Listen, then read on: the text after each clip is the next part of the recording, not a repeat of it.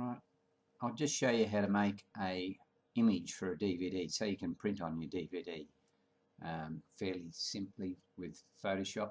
Go up to File, New.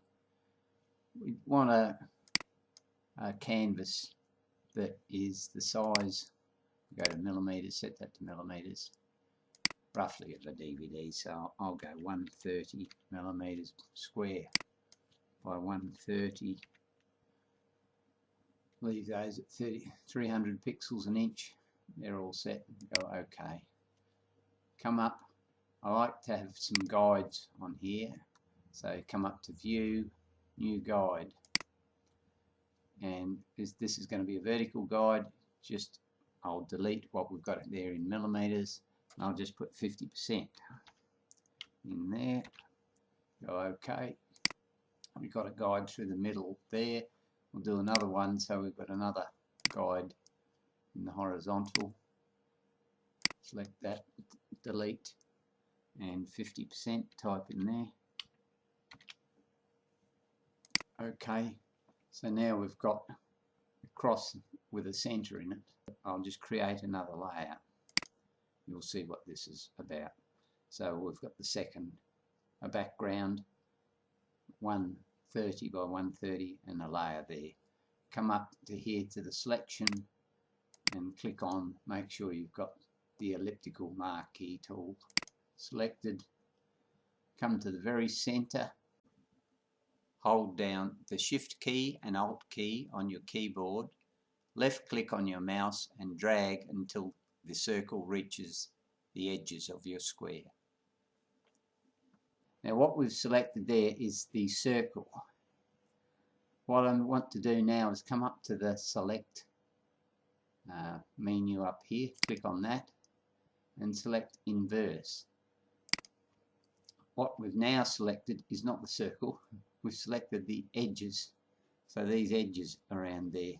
And the reason for that, you see, I'll actually change, come over to the colour palette, click on that. I'll just go for a light blue because this is only going to be the edge. I'll change that to light blue, OK it. Come to the paint bucket, click on that and click in the edge here. Right, if I hit on the keyboard Control D, that just deselects that little marching ants we had running around there. I quite often create another layer, and if I just drag a ruler out to roughly, that's 65 approximately, I come out to about, we'll come out to about 15. Again, same tool, we're on the third layer this time, or layer 2. Do exactly what we did before, come to the center of that little square, hold the Shift and Alt key down to keep our circle perfectly round. Just come out to that bar. If I hit Control, just hit D on the keyboard, you'll see this go to the black and white. There, that's just a standard two colours that are in the palette. So we'll use black, come to there and click on the centre there. Just gives us a bit of an idea. Sometimes you're a bit disappointed when you put a picture in for a CD that a lot of it's missing with the hole in the centre of it. Again, just hit Control D to get the marching ants from around that black circle. Deselect that basically. So now we've got a background, we've got the edge. You may even name those if you want. Double click on the text. Just put border. I'll put there. Click on that to select that. Oh, I wouldn't really have to name that. Center. Just put center there. Pretty obvious what that is. You can see it. What I do now is actually File, come to Save As, and save this as a PSD. We'll go into, I'll just put this on my desktop. My Pictures, and save that as DVD1 PSD. Saving as PSD means you'll maintain the layers that we've created, which is important. So it wants to be saved as a PSD and not a JPEG. Right, save that. Okay. If you select the background like this, then what I like to do is use the place command and place an image which will place underneath this border. So if we go into here, My Pictures, I'll use that picture. It's not just select a picture. You can do it either in a normal file open or file place. I'll just place in Photoshop. The other way to do it, I'll click the OK button there. I've got rid of the bounding box. To bring that back, if you hit Control T on your keyboard, Control and T for transform, you get your bounding box back, so you can size this up or down. I'm not sure why you'd want this particular image, but we'll use it anyway. You can use whatever image you want for whatever you're doing.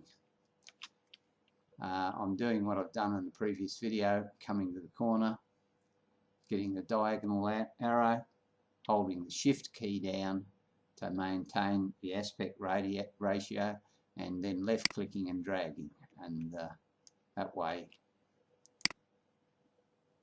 you're maintaining the aspect ratio of the picture, so it's not distorted, squash skinny or something like that. Alright, that'll do. We'll say that's our picture. Just click the arrow, the tick at the top.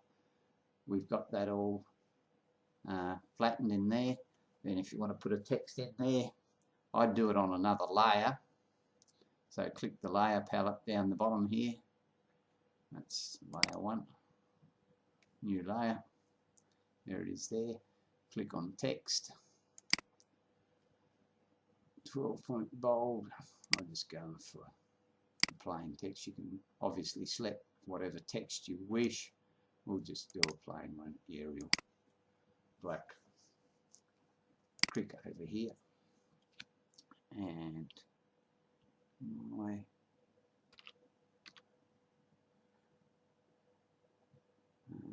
photos. I like to use the Control T, the transform command, and you can move that to wherever you want. And we've still got the line here, so it helps you line that up in the center there. So you can, and this image will go into most printers, and because it's round, it'll come out and print quite nicely on your DVDs. So then what I would do is come to File, Save As, and you can save it as a JPEG. Click on here, make a JPEG. DVD1, no, I'll change that to My Pictures.